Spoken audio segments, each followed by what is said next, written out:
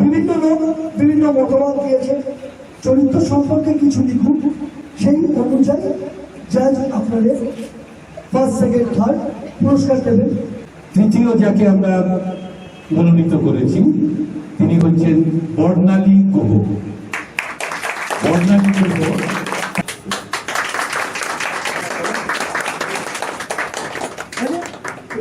দ্বিতীয় মনোনীত হয়েছেন মৌমিতা চক্রবর্তী। মৌমিতা চক্রবর্তী দ্বিতীয় হয়েছেন মৌমিতা চক্রবর্তী। তার মতামত প্রথম রঞ্জন সাহা। রঞ্জন সাহা প্রথম হয়েছেন। রঞ্জন সাহা প্রথম হয়েছেন।